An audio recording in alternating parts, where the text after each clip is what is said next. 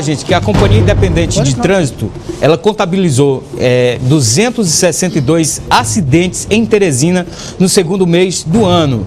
A colisão foi o tipo de acidente com maior ocorrência no período, viu? O Major Lucena já está aqui, já está no ponto, o Major Lucena já está aqui com a gente. Major, bom dia, Major. Sentar aqui perto do meu amigo Major Lucena e o João Carvalho. Major, com relação a esses acidentes, Major, esse trabalho que a polícia fez dessas informações, esperando para que possa, de certa forma, encontrar uma maneira para que esse número reduza nesse mês seguinte, né, Major? É verdade. Bom dia, João Carvalho. Bom dia. Bom dia a todo mundo que nos assiste. Nos primeiros dias de janeiro, houve uma reunião a pedido do senhor governador, Wilson Martins, provocada pelos médicos do HUT, né, estabelecendo exatamente... É engraçado, né? Aqui que pede reunião de trânsito HUT, né? Exatamente, estabelecendo a quantidade de acidentes que estavam ocorrendo, a quantidade de entradas que estavam ocorrendo. E houve um incremento, né, a partir dessa reunião, né, com a determinação do senhor comandante-geral, do Coronel Rebelo, né, que todos os órgãos, né, do Estado que trabalham com fiscalização de trânsito, né, tivessem aí uma força maior. Então nós tivemos um trabalho mais forte a partir de janeiro, né, continuando em fevereiro, iniciando em março. E nós conseguimos observar uma redução na quantidade de acidentes, né. Nós estávamos aí com 11,5, 11,8, quase 12 acidentes por dia contabilizados até o mês de dezembro de 2013, e nós fechamos o mês agora de fevereiro tendo menos de 9 acidentes por dia. É bem verdade que ontem, né, nós tivemos um dia atípico onde tivemos 14 acidentes. Mas a questão, por exemplo, da questão das chuvas, há um agravamento nesse período de chuvas? Exatamente. O que nós estamos levantando como hipótese para que a quantidade tenha subido um pouco, mesmo com o incremento das operações, é o número de chuvas que tem ocorrido na capital, o que tem colocado a via pública com um pouco mais de risco para o condutor, né? Nós não temos muito costume de guiar em chuva, né? Aquelas pequenas colisões continuam a acontecer, principalmente nos horários de pico, né? Mas nós tivemos um dado importante a se destacar, além da redução do número de acidentes no geral, é o número de reduções de acidentes com vítimas registrados, né? Nós estávamos com a média de vítimas fatais entre 6 e 7 e fechamos o mês de fevereiro com um número de 4 vítimas fatais atendidas pela CIPETRAN. Não quer dizer que tenham sido só essas, né? Mas são os números que se apresentam e que são registrados por nós. Então são esses os números que a gente pode apresentar. Major, só um minuto, João. Pode até falar, porque eu ainda estou engasgado. Tá, é bom tomar uma água aí. Eu ainda estou com bolo. Major, essa redução desses números se dá também em função dos números de blitz que estão sendo realizadas na capital, né, Major? Na fiscalização mais forte da Polícia Militar, da Companhia Independente de Trânsito também, né, Major? Exatamente. Nós fazíamos, quando eu falo nós, a Polícia Militar, juntamente com a CIPETRAN, fazia uma média de 80, 70 operações mês, né? Nós estamos fazendo agora, com esse incremento, com a união de forças, mais de 120 operações, bloqueios policiais, operações blitz, né, voltadas tanto para o aspecto do trânsito, quanto também para o aspecto da segurança pública, né? O Coronel Márcio, conjuntamente com o senhor Coronel Alberto, tem sido grandes comandantes, grandes parceiros, grandes comandantes nesse caminho, aí, nesse caminhar, na orquestração das forças de segurança pública do Estado voltadas para a segurança pública, e aí o trânsito entra exatamente como mais uma ferramenta para ajudar na redução da criminalidade. Mas eu queria saber uma coisa, quando se fala muito na HUT, eu vejo até dos médicos lá,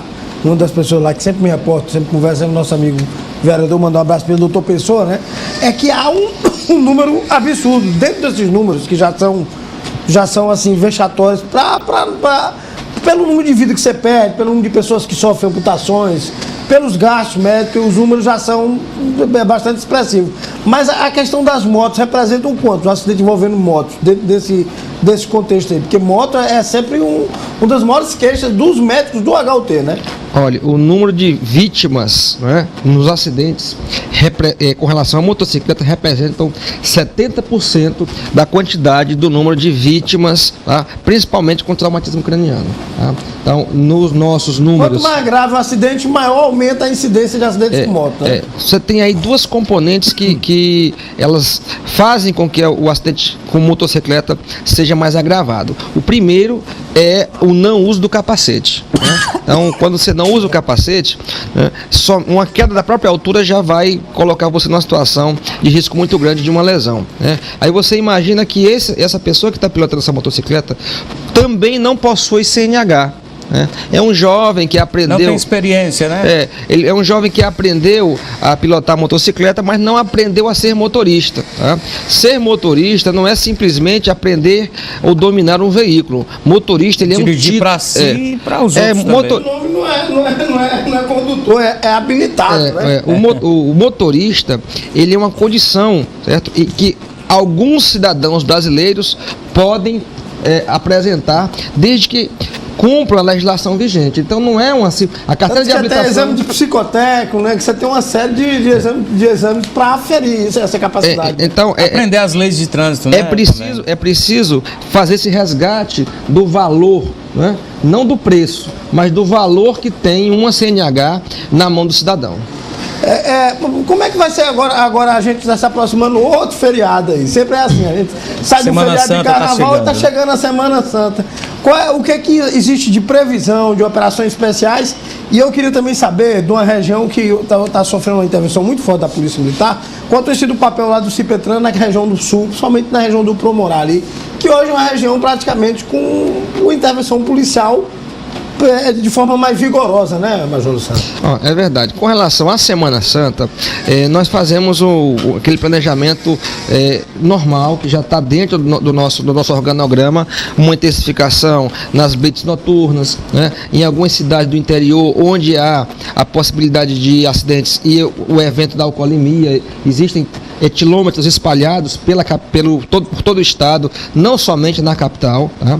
E com relação ao papel da CIPETRAN nas operações de segurança pública, é exatamente retirar aqueles veículos que estão irregulares, porque eles muitas vezes são utilizados para a prática de crimes, para práticas delituosas, e também aqueles veículos que estão regulares, mas que estão sendo conduzidos por pessoas não habilitadas ou menores. Aí você tem o crime de trânsito, né? O 309. Então a CIPETRAN trabalha tanto no aspecto administrativo, da lavratura do auto de infração à luz do CTB, do Código de Trânsito Brasileiro, mas também com as conduções, por exemplo, do responsável, que é pai do menor e permitiu que ele estivesse pilotando uma motocicleta. Estão sendo conduzidos à central de flagrante. Estão sendo conduzidos à central de TCO, que fica ali se não me engano, no 16º distrito. Tem o central de TCO. Existe uma central de TCO, tem funcionado, tá certo? Para desafogar a central de flagrantes, né? Para o TCO. Outra coisa que a gente verifica muito, Major, inclusive, às vezes a pessoa está com infração de trânsito e acaba entrando no embate com a polícia. Muitas vezes o cidadão vai tentar sair de uma blitz, isso é comum a gente ver, principalmente naquela região, principalmente com menores pilotando moto. Ele vai para ver a blitz, ele vê a blitz, ele tenta sair, muitas vezes armado. Muitas vezes os policiais já chegam a desferir disparo, porque a ameaça a integridade dos policiais, quando o cidadão atira o veículo por cima da blitz, né? E aí isso acaba provocando também o cidadão sair de uma infração de trânsito para uma atividade criminosa mesmo, né, Major? Olha, a gente fala muito, quando há um problema de trânsito, a pessoa, se ela tiver um pouco de tranquilidade, um pouco de urbanidade, ela vai resolver essa situação administrativa de trânsito no dia seguinte, indo no Detran, né? Mas muitas vezes ele perde a urbanidade, ele perde a linha, né? Ele toma atitudes impróprias e aí ele transforma na contramão e acaba causando um acidente. Ele transforma uma situação administrativa numa situação criminal. Aí ele não vai mais para casa. Aí é dali para a delegacia. Aí ao invés de receber a sua auto de infração e ir para casa para resolver outro dia, de outra forma. Ou então de depois forma, pegar a sua moto, recolhida. Aí ele, além de ter o veículo recolhido, ele vai ser preso, vai ser dado voz de prisão a ele por desacato à autoridade, tá? E aí vai ser lavrado o competente TCO para que ele responda criminalmente também pelo comportamento dele. É bom que se diga, tá? Eu gosto sempre de lembrar isso, que o responsável por um veículo automotor que permite que uma pessoa não habilitada conduza esse veículo automotor, seja motocicleta ou automóvel, ele também é responsável solidário, segundo a legislação, por tudo que acontecer. Ele também é autuado, né? Inclusive, ele também é autuado, né, em tudo aquilo que aquele veículo cometer, tá? Se ele se evadir de uma operação policial, né, se ele se envolver num acidente, né, se ele dirigir perigosamente, o proprietário também responderá na mesma proporção que responde o condutor. Então, as pessoas precisam se ater a este fato, né, os pais principalmente, para que não coloquem os seus jovens nessa situação. Mesquita, a gente queria agradecer aqui ao Major Luceno, que fez um balanço daí, e eu sempre destaco aqui, Mesquita, o papel tanto do CIPETRAN como do BPRE, do Batalhão de Polícia Rodoviária Estadual. Por quê? Porque esses homens, o quadro é muito pequeno. É pequeno. Eu acho que trabalham bastante. Eu acho que tem duas partes aqui das corporações militares que carecem de uma maior atenção. Até agora a gente está tendo uma mudança de governo. É um período pequeno, mas que o vice-governador, que vai se tornar governador, pode até dar um trabalho fundamental, né, João? É a questão do trânsito, tanto a CIPETRAN como o BPRE, que tem um efetivo muito reduzido, e também o Corpo de Bombeiros, né? Eu acho que a Polícia Militar como um todo tem uma defasagem de pessoal, e isso aí não precisa nenhum especialista definir isso. Mas esses três nichos dentro da corporação militar, eles padecem ainda com a carência de pessoal ainda mais gritante. Porque, por exemplo, a questão de equipamentos hoje, praticamente todas as equipes têm o bafômetro, que ele chama medidor de alcoolemia. A gente popularmente chama de bafômetro. Tá certo. Pois, obrigado pela participação, Major Lucena, obrigado, João Carvalho. Eu só queria dar uma última notícia também, que lá a gente vai ter uma baixa lá no Promoral. O comandante, o Coronel Souza Filho, que é o chefe da inteligência da Polícia Militar, é o comandante da inteligência da Polícia Militar, ele foi convocado pela Força Nacional e vai comandar um batalhão da Força Nacional, viu? Olha aí, gente. Agora é federal, foi até publicado no boletim da Polícia Militar já a convocação dele pelo governo federal para trabalhar como comandante de um dos batalhões da Força Nacional. Então o Coronel Souza Filho vai deixar as operações no Promorá e deve mudar para Brasília, viu? Ok, então obrigado, João, obrigado, Major Lucena, que é um grande piloto. Amanhã a gente fala da questão o grande piloto também, é um homem de helicóptero aqui também. Eu sou do trânsito. Sou do trânsito. Agora tá no trânsito, comandando o trânsito, mas também se der um helicóptero para ele. Amanhã a gente vai falar da questão do comando da Polícia Militar, né? Me mandaram foi uma lista agora, Mesquita não disse 2 nomes lá, falei do Coronel Marco Davi, Coronel Lídio, amanhã eu dou a lista completa. Tá certo, João, e tem obrigado. padrinho para todo lado. Obrigado, João, obrigado, Major.